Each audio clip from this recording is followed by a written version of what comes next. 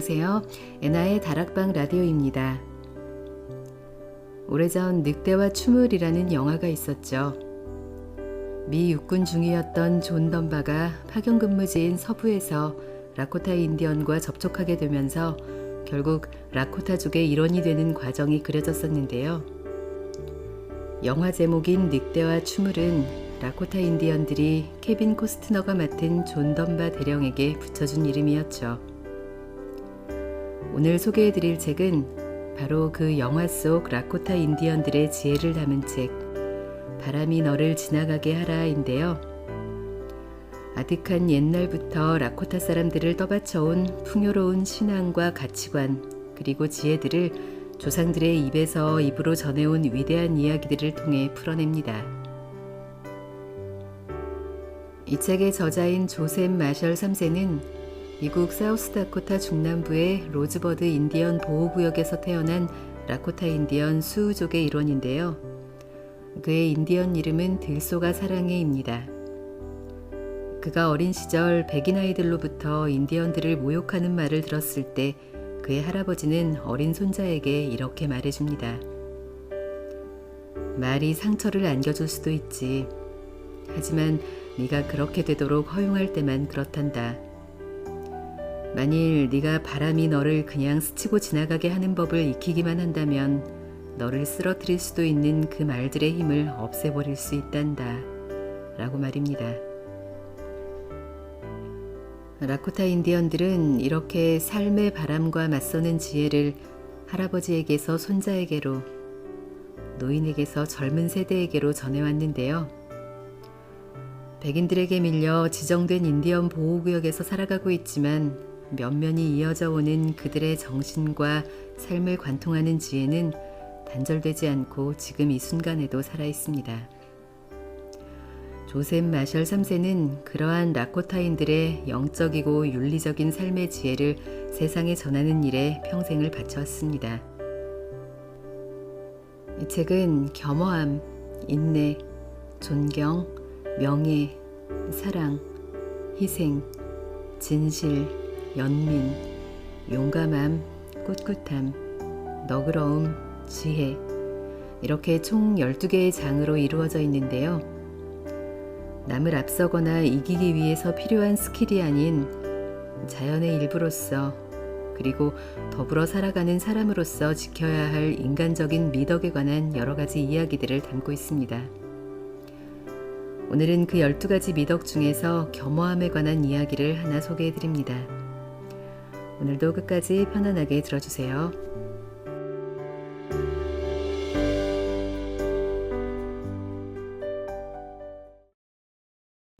겸허함. 겸손하고 삼가고 젠체하지 않는 것.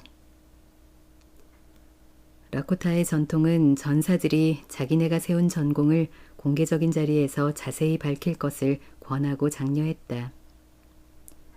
그 유서 깊은 관습은 와크토 글라카라고 부르며 이는 곧 승리에 관해 이야기하기를 뜻한다. 겸허함을 미덕으로 삼는 문화가 전사들이 공개적으로 자랑하는 것을 허용해 준다는 것은 비논리적인 일로 보일 수도 있다. 그런데 그런 관례에는 꼭 따라야 할 게 하나 있었다. 즉, 전사들이 전공을 밝힐 때는 적어도 한 사람 이상의 증인이 반드시 있어야 한다는 것. 그 증언은 그 이야기가 진실임을 보증해 주었다. 라코타 사람들은 제사의식이 행해지는 광장에서 자신이 전투 중에 한 행위를 진솔하게 이야기하는 것을 뽐내는 일로 여기지 않았다. 그것은 선물이었기 때문이다. 그런 이야기는 그 전사가 속한 사회의 고유한 정체성의 일부이자 문화적 자산의 일부가 되었으며 그 마을 전체에 힘을 불어넣어주는 역할을 했다. 그리고 그런 이야기 속에 나오는 행위가 젊은이들이 본받고 싶어 할 만한 본보기 역할을 한 것은 더 말할 나위도 없다. 와크토 글라카를 한 대부분의 사람들은 겸허함의 가치를 잘 알고 있었기에 누가 특별히 요청하지 않는 한 그 이야기를 되풀이하지 않았다. 전장에서 공을 세우는 것은 명성을 얻거나 더 높이는 방법이요. 그 사람이 속한 사회에서 뚜렷한 지위를 확보하는 방법이긴 했지만 그에 걸맞은 겸허한 자세가 부족할 경우에는 필연적으로 명성에 금이 가고 어렵게 얻은 지위가 무너졌다. 달리 말해 일단 전투가 끝나고 나면 겸허한 자세로 돌아와야 했다. 라코타의 전통사회에서 겸허함은 다른 미덕들의 가치를 높여주는 역할을 하는 미덕이었다. 예컨대 너그럽게 행동하는 것은 그 사람이 자신의 너그러움을 남들에게 알리려고 하지 않는 한 훌륭한 행위였다. 누군가가 겸허한 자세로 훌륭한 행동을 했을 때는 그냥 훌륭한 행동을 하기만 한 것보다 사람들에게 더 깊은 인상을 안겨주었다. 모든 이야기를 종합해 볼 때 라코타 사회에 속한 모든 사람들 가운데서 가장 겸허한 이는 성난말이었다. 성난말은 오글랄라 라코타족 출신이었다. 오글랄라는 자기 것을 사방에 퍼트림을 뜻하는 말이다. 오글랄라족은 라코타의 7 부족 중에 한 부족이었고 현재도 그러하다. 성난말은 꽤나 시끄러웠던 19세기 미국 서부에 등장했던 가장 친숙한 이름들 중에 하나다. 유럽계 미국인들이 쓴 미국 서부 역사에서 성난말은 조지 크루크 장군과 조지 커스터 중령을 정복한 인물로 등장한다. 1876년 6월 17일 그는 오늘날 와이오밍주 중앙 북부에 해당하는 지역인 로즈버드 강가에 벌어진 로즈버드 전투에서 700명 내지 900명가량 되는 라코타와 샤이엔 전사들을 이끌고 나아가 북쪽으로 진군하려는 크루크 장군의 부대를 물리쳤다. 그로부터 여드레 뒤 성난말과 전투에 능한 몇몇 유명한 라코타 지도자들은 리틀 비콘 전투에서 1000명 내지 1200명가량 되는 라코타와 북부 샤이엔 전사들을 이끌고 나아가 커스터가 이끄는 제7기병대를 괴멸시켰다. 그 당시 36살이었던 성난말의 노련한 전투 경험과 뛰어난 지도력은 미국 육군이 모든 라코타족을 붙잡아서 단번에 보호구역에 몰아넣으려 했던 1876년의 거창한 계획을 좌절시키는 역할을 했다. 그러나 우리 라코타 사람들은 그가 크루크나 커스터를 패배시켰다는 이유로 그를 기억하지는 않는다. 그는 전장에서 영웅적인 업적을 세운 인물이긴 했지만 우리는 그가 겸허한 사람이었기에 그를 길이 기억하고 있다. 성난말은 타고난 전사이자 지도자였다. 그는 혼란과 혼돈의 아수라장 속에서도 침착한 태도를 유지할 수 있는 능력을 갖고 있었고 용기의 모범을 보임으로써 모든 전사를 이끌 능력을 갖고 있었다. 그가 살았던 시대의 라코타 사회에서 전투는 전사들이 전투 솜씨와 용기를 선보일 기회를 제공해 주었다. 전투에서 용감하게 행동한 이들은 다른 전사들의 칭송을 받았을 뿐만 아니라 그 사회에서 높은 지위에 올랐다. 전투 지도자로서 많은 이의 지지를 얻은 이들 중에는 나중에 정치 지도자가 된 이들이 많았다. 훈크파파 라코타족 출신의 안준소가 그 대표적인 경우였다. 사실 성난말이 그런 이름을 얻기 전에 첫 어른 이름을 얻은 것은 전투의 열기 속에서도 태연자약하게 행동했기 때문이다. 그는 싸움터 한복판에서 타고 있던 전투마에서 내려선 뒤 일부러 적들의 표적이 될 수 있게끔 말 곁에 무릎 꿇는 습관이 있었고 그 때문에 잘 보이는 곳에 서 있는 말이라는 이름을 얻었다. 그는 그렇게 행동한 덕에 20대 초반에 이미 다른 사람들이 평생 걸려도 얻기 힘든 영예를 얻었다. 그는 전투에서 대담하고도 무모하게 행동한 일 때문에 세상에 널리 알려졌지만 뛰어난 전술적 결정을 내리는 능력을 지닌 것으로도 유명했다. 와크토 글라카 의식에 참여할 수 있는 권리를 얻을 만한 사람을 꼽으라고 한다면 성난말이 단연 으뜸이었다.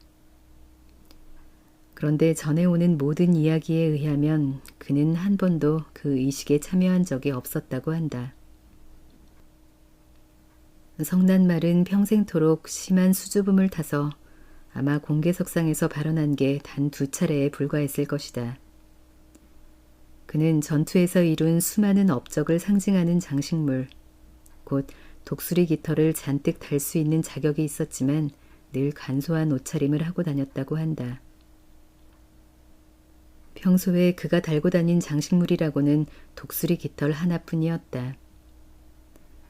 그는 누구보다 뛰어난 전공을 세운 전사답지 않게 공개석상에서 자신의 전공에 관해 이야기하기를 거부했다. 그가 그렇게 하는 바람에 많은 이들이 놀라움을 금치 못했고 그를 더욱 사랑하고 존경하게 되었다. 성난말 전설의 토대를 이루는 것은 그가 세운 많은 전공들이다. 하지만 유감스럽게도 그 뛰어난 전공들은 목을 뻣뻣하게 세우고 거만하게 활보할 수 있는 권리를 가졌음에도 불구하고 고개를 숙인 채 겸허한 자세로 조용히 캠프를 돌아다닌 그 사람의 참된 면모를 가리는 역할을 하곤 한다. 그를 잘 알고 사랑하고 존경했던 라코타 사람들은 그의 겸허한 태도 때문에 그의 업적을 한층 더 우러러보았다. 그리고 그랬기에 그는 자기가 세운 전공을 굳이 이야기할 필요가 없었다. 다른 많은 이들이 대신 나서서 그의 업적을 기렸다. 성난말은 지도자가 되게 해달라고 요구하거나 그렇게 하겠다고 자원하고 나선 적이 없었다. 그의 명성이 사람들을 그의 주위에 끌어모았다. 리틀비콘 전투 후에 미 육군이 그와 맞붙기 위한 전투 준비를 서두르고 있던 중요한 시기에는 특히 더 그랬다. 그의 명성 때문에 그리고 변함없이 겸허한 그의 태도 때문에 900명이 넘는 사람들이 그를 따랐다. 그 가운데서 전사들은 100명 남짓한 정도에 불과했다. 나머지는 노인들과 여자들과 아이들이었다. 그들 모두가 고난과 불확실성을 견뎌냈다. 성난말이 백인들과 싸우는 것이 최선이라고 판단했을 경우 전사들 모두와 나머지 사람들 대다수는 최후의 한 사람까지 백인들과 맞서 싸웠을 것이다. 그러나 그는 그렇게 하지 않는 편을 택했다. 그가 비전투원들의 목숨을 구하기 위해 결국 미국 측에 항복했을 때 성난말을 따르던 사람들은 충성심의 참된 증거로 그를 따라 불확실한 미래 속으로 뛰어들었다. 그런 사정만 없었더라면 그는 라코타 지도자들 중에서 가장 마지막까지 저항한 지도자가 되었을 것이다. 사람들은 전사인 성난말이 지닌 용기, 군사 지도자이자 민간 지도자인 그가 지닌 능력 때문에 아무 의심 없이 그를 따랐다. 우리 라코타 사람들은 바로 그런 이유들로 그를 늘 기억할 것이다. 시칸구 오그랄라 라코타 출신인 나는 그런 업적들 때문에 그를 늘 존경할 것이다. 하지만 나는 그가 겸허한 인물이라는 점도 역시 결코 잊지 않을 것이다. 겸허함은 라코타 사람들이 예로부터 자기네 지도자들이 갖추고 있기를 기대한 덕목이었다. 우리는 조용하고 겸허한 사람은 다른 사람들과 다른 사물들을 잘 안다고 믿었다. 거만하고 허세가 강한 사람은 자기 자신만 잘 알았다. 그런데 오늘날 세상 사람들이 지도자를 선택할 때 거만하고 자만심 강한 사람들을 좋아하는 것 같은 경향을 보이는 것은 흥미로운 일이 아닐 수 없다. 오늘날 미국 원주민 부족들은 미국인들이 4년마다 한 번씩 치르는 과정을 그대로 따라하는 듯하다. 그것도 좀 더 자주. 하지만 그리 멀지 않은 과거의 라코타 사회에서는 지도자 자질들을 가진 이가 사람들에게 다가간 게 아니라 사람들이 그런 지도자에게 다가갔다. 지도자의 자질에 해당하는 것 중 하나는 겸허함이었다. 그 사회에서 겸허함은 누구나 다 일상에서 실천해야 할 중요한 덕목이었지만 특히 지도자들의 경우에는 절대적으로 갖춰야 할 덕목이었다. 겸허함은 오만함이 뿌연 구름을 만드는 곳에서 맑게 툭 트인 시야를 제공해 줄 수 있다. 그 사람들이 가장 원치 않았던 지도자는 오만함 때문에 판단력이 흐려져 갈팡질팡하는 사람이었다. 몇 년 전 나는 그 당시 로즈버드 수우족 추장이었던 내 숙부가 소박한 겸허함으로 금방이라도 폭발할 것 같은 긴박한 상황을 유연하게 해결하는 광경을 목격했다. 한 여자가 숙부의 사무실에 들어오더니 대뜸 그분을 호되게 닦아세우고 조롱하기 시작했다. 그 여자는 그 부족의 대민 봉사기관들 중에 하나가 그녀나 그녀의 가족에게 서비스를 제공해 주기를 거부했다는 이유로 자기가 생각해낼 수 있는 모든 방법을 총동원하여 숙부를 모욕했다. 숙부는 그 여자의 공격을 제지하지 않았다. 그분은 그저 그 여자의 장광설이 끝나기만을 묵묵히 기다렸다. 이윽고 그 여자가 입을 다물자 숙부는 그 여자가 자기나 자신이 차지하고 있는 지위를 심하게 모욕했다고 해서 성을 내는 대신 고개를 숙인 채 조용하고도 정중한 어조로 말했다. 그래요. 제가 이 일을 하고 있는 건 바로 그 때문입니다. 그러니 일이 잘못되었을 때는 저를 모욕할 수 있습니다. 부인이 처한 문제를 제게 말씀해 주셔서 감사합니다. 그러자 머쓱해진 그 여자는 슬그머니 사무실을 빠져나갈 수밖에 없었다. 애초에 그 여자는 거만한 사람이라면 분노 어린 태도로 자기 말을 맞받아칠 것이니 숙부도 을에 그렇게 나오리라 예상하고 있었다. 하지만 숙부가 화를 내지도 않고 거만한 태도로 공박하지도 않자 그 여자는 그 겸허한 태도에 어떻게 대응해야 좋을지 알 수가 없어서 몹시 당황했다. 그런데 요즘 지도자들을 선출하는 과정에서는 겸허한 태도가 들어설 자리가 없어 보인다. 자기가 지도자감이라 믿는 사람들은 자신이 이 후보자라고 선언하고 사람들에게 다가간다. 대부분의 경우 사람들은 그런 후보자들을 잘 알지 못하며 따라서 그들은 최소한 조금이라도 자기 자랑을 늘어놓아야 하고 많은 약속을 해야 한다. 게다가 2명 이상의 후보자들이 사람들에게 달려드는 바람에 사태는 더욱 악화된다. 후보자들이 이룬 업적의 기록은 중요하다. 하지만 후보자의 인품과 미덕도 그에 못지않게 중요하다. 나는 늘 공익을 위해 봉사했다는 기록을 맨 앞에 자랑스럽게 내세우는 사람들을 경계한다. 나는 그의 사람됨을 잘 살펴보곤 한다. 그런 기록을 제외하고 살펴보았을 때 그 사람의 진면모는 어떠할까? 나는 잔뜩 뻐기면서 걷지 않고 고개를 숙인 채 조촐히 삼가는 자세로 캠프를 돌아다니는 사람들이나 그런 이들이 지닌 조용한 권위에 감복하는 사람이기에 맨발이나 성난말 같은 이들을 찾아보려 애썼다. 나는 참으로 겸허한 사람에게 줄곧 표를 던졌다. 겸허함은 잘 배워서 꾸준히 실천하기가 가장 어려운 미덕일 것이다. 우리 사회는 거만함이나 과시하는 태도에 곧잘 상을 주는 경향이 있다.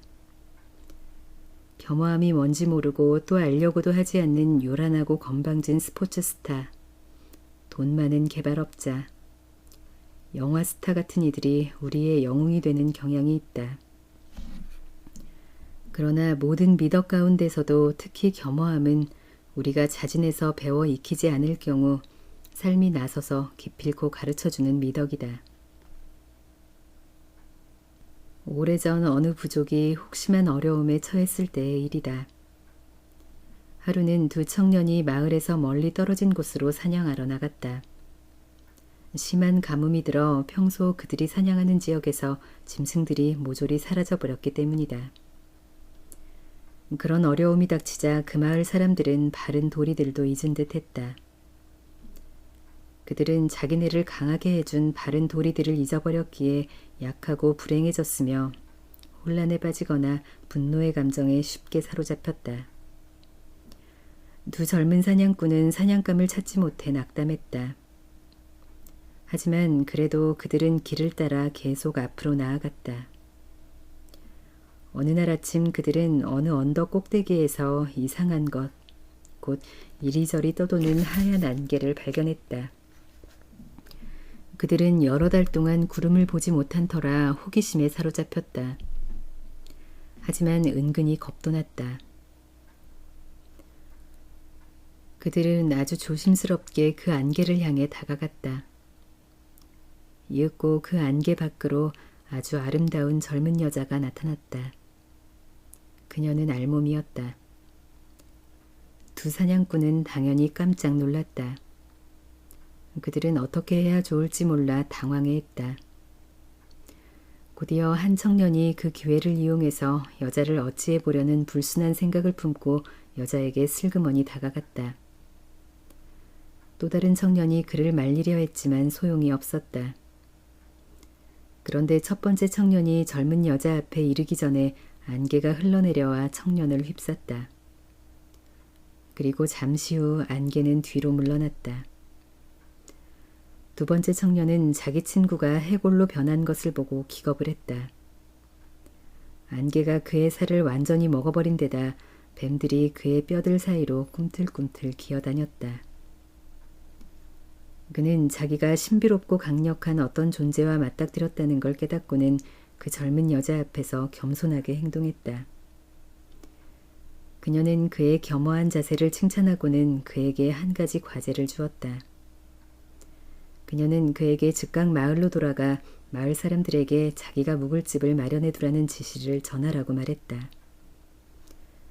그 청년 사냥꾼은 곧장 마을로 돌아가 마을 사람들에게 조금 전에 일어났던 일을 자세히 이야기하고 꼭 그 젊은 처녀가 요구한 대로 해야 한다고 설득했다. 마을 사람들이 젊은 처녀가 요구한 대로 집을 한 채 준비해 두자마자 그녀가 보따리 하나를 품에 안고 나타났다. 그녀는 그 집의 원로들을 초대한 뒤 그들이 충실히 이행해야 할 7가지 의식을 가르쳐 주었다. 처녀는 그 마을 사람들이 자기가 가르쳐준 대로 실행할 경우 다시 예전처럼 강한 부족이 되고 크게 번성할 것이라고 했다. 그녀는 보따리를 풀어 그들에게 성스러운 피리를 보여주었다. 그녀는 그 피리의 사용법을 가르쳐준 뒤 마을을 떠났다. 마을 사람들이 지켜보는 가운데 그녀는 떠도는 하얀 안개가 나타났던 언덕 꼭대기로 걸어 올라갔다. 그녀는 안개 속으로 호련히 걸어 들어가더니 잠시 후 하얀 암컷 들소로 변해서 그 반대편으로 나왔다. 물론 이 이야기는 라코타 사람들이 자기네 이야기들 중에서 가장 소중하게 여기는 이야기, 곧 흰 송아지 처녀 출연 이야기의 축소판이다. 그 처녀는 우리 부족이 오늘날까지도 고이 간직하고 있는 피리뿐만 아니라 우리의 영적 신앙의 토대와 그 신앙을 실행에 옮길 수 있게 해주는 의식들도 역시 제공해 주었다. 하지만 그 이야기 속에는 종종 빠뜨리고 넘어가기 쉬운 2가지의 간단한 교훈이 내재되어 있다.